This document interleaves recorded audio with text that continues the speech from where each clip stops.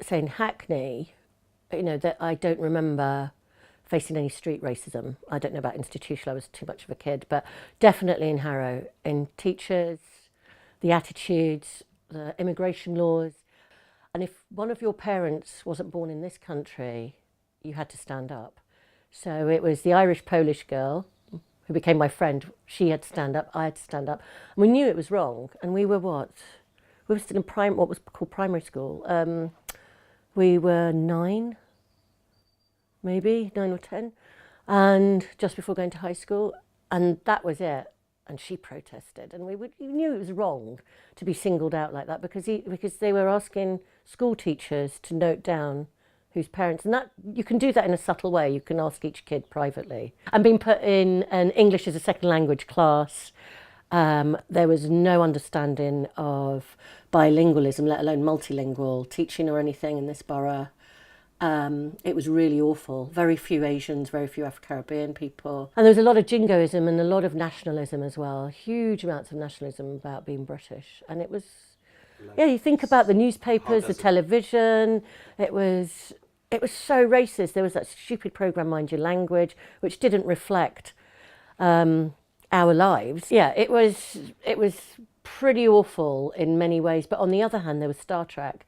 There was the idea of sci-fi and the fact that there were protests happening as well. Then the big Grunwick strike happened in London of '76, and that was just all over the news. And it was beaming into our television screens, whatever, in our front room. So that was pretty startling and momentous to see that actually on television for so long. And I think by the time Thatcher came along, again, things had changed. If we think about the Race Relations Act of 1976 and the impact that had a big impact for people's lives. Plus, you had legal aid then, so people were actually taking cases to court.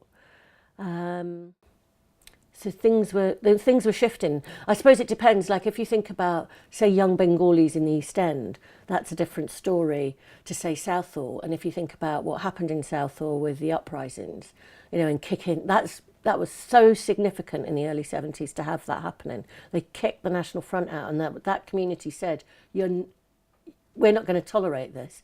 And it was much wider. And you think about what happened in Toxteth and Brixton.